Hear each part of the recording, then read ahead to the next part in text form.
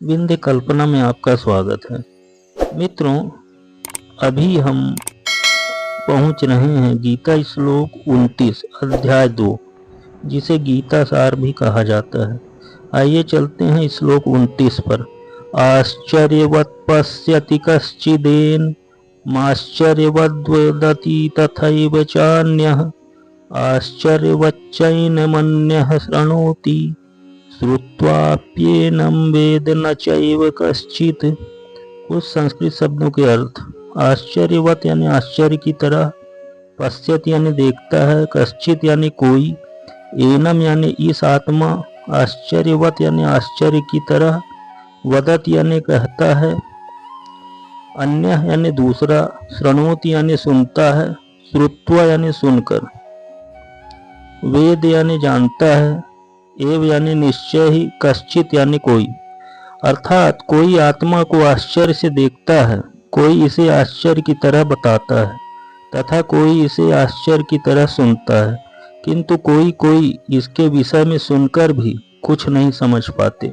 इस श्लोक का यही अर्थ है। आगे और थोड़ा समझते हैं।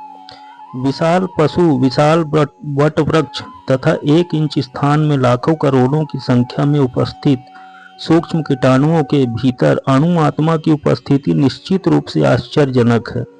अल्पज्ञ तथा दुराचारी व्यक्ति अणु आत्मा के स्फुलिंग के चमत्कारों को नहीं समझ पाता, भले ही उसे बड़े से बड़ा ज्ञानी जिसने विश्व के प्रथम प्राणी ब्रह्मा को भी शिक्षा दी हो, क्यों न समझाए। वस्तु के स्थूल भौतिक बोध के कारण इस युग के अधिकांश व्यक्ति इसकी कल्पना नहीं कर सकते कि इतना सूक्ष्म कण किस प्रकार इतना विराट तथा इतना लघु बन सकता है।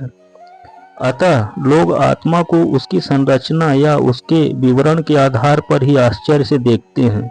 इंद्रिय तृप्ति की बातों में फंसकर लोग भौतिक शक्ति यानी माया से इस तरह मोहित होते हैं कि उनके पास आत्मज्ञान को समझने का अवसर ही नहीं रहता।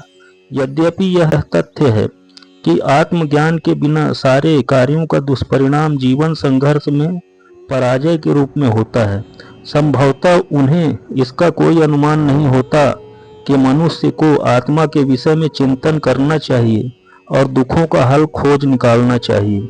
ऐसे थोड़े से लोग जो आत्मा के विषय में सुनने के इच्छुक हैं, अच्छी संगति पाकर भाषण सुनते हैं, किंतु कभी कभी अज्ञानवश वे परमात्मा तथा अणु आत्मा को एक समझ बैठते हैं।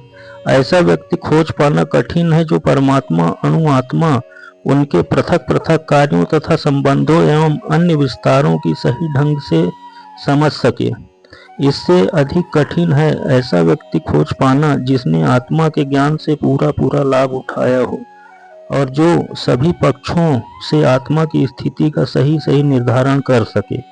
किंतु यदि कोई किसी तरह से आत्मा के इस विषय को समझ लेता है तो उसका जीवन सफल हो जाता है। इस आत्मज्ञान को समझने का सरलतम उपाय यह है कि अन्य मतों से विचलित हुए बिना परम प्रमाण भगवान कृष्ण द्वारा कथित भगवत गीता के उपदेशों को ग्रहण कर लिया जाए।